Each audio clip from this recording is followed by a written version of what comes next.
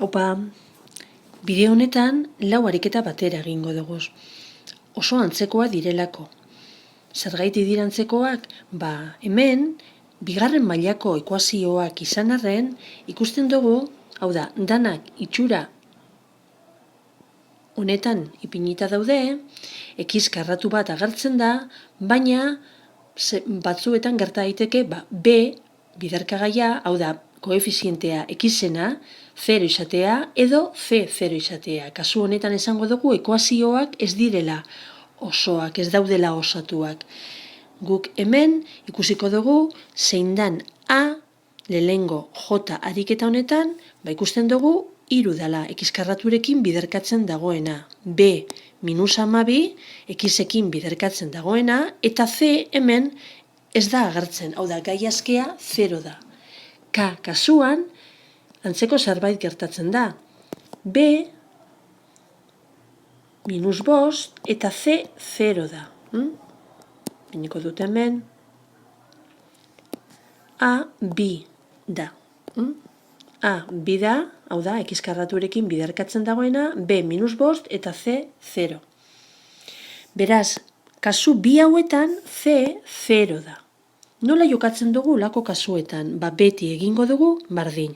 Hau da, beti egingo duguna izango da ekiz biderkagai komun moduan atera. Atera dezakezu batzuetan, kasu honetan gertatzen den moduan, 3 ere. Dana dela, ez da derrigorra izango ekuazio ebazteko. Hemen ateratzen badozu ekiz, 3 ekiz, ken 12 geratzen da parentesi barruan. Eta orain beti jokatzen dugu berdin. Hau da, biderkadura bat berdin 0 agertzen dalez, esaten dugu biderkagai bakoitza izan daitekela 0. Horretarako 0kin berdintzen ditugu biderkagai biak. Kasu honetan, geratzen da, lehengo biderkagaia berdin 0 eginez, ekiz berdin 0. Honek zuzenean ematen digu lehengo soluzioa, 0 dela.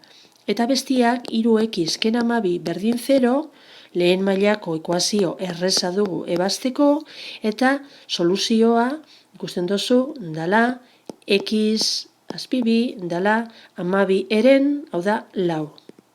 Hemen daude soluzio biak.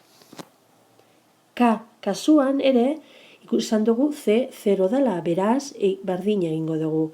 Ekiz biderkagai komun moduan ateratzen, barruan geratzen da, 2 ekiz ken 5. Berdin 0. Orduan, lehen esan dugun moduan, biderkagai bakoitza berdin 0 egiten dugu. 2 biderkagai daude,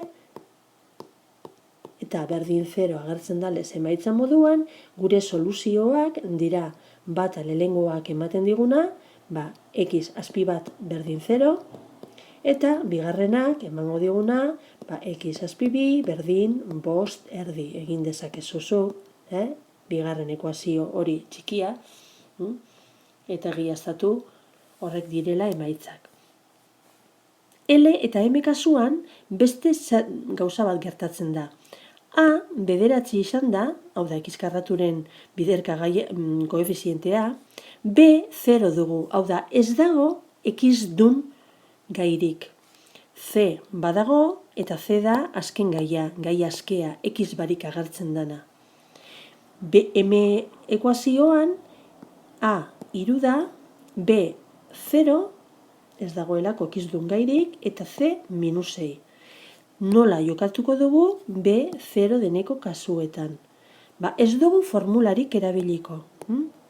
Oitxu bihar zara, lehen aipatu dudan metodoa eta orain aipatzen ari naizen metodoa eginez. Hau da, C 0 danian, biderkagai komuna esan dugu ateratzen dugula, eta B 0 danian egingo duguna da ekiz isolatzen joan, pausoz pauso, hau da, bederatzi ekizkarratu berdin 25. Gero isolatzeko urrengo pausua izango da atal biak bederatzia zatitu. Geratuko da ekizkarratu berdin 25 bederatziren. Eta azken pausoa da berretzailea ekizen gainean dagoena ezabatzeko, eskumako atalean ipintzen dugu erroketa. Erro karratua. Soluzioak bi dira. Lehengo soluzioa izango da 5 eren, ze erro 25 bost da, eta erro bederatzi 3 da. Orduan, bosteren, baina gogoratu beti, kasu honetan ere, bi soluzio aurkituko ditugula, ze erro karratuak ematen ditu bi soluzio, plus zeinekoa eta minus zeinekoa. M kasuan, orduan, egingo duguna da, antzeko zerbait, hau da, 3 x karratu berdin 6, hori da, x karratu isolatzeko lehenengo pausoa. Atalbiak zati 3 egiten ditugu. Gero, x karratu, azke geratzen da, berdin 2.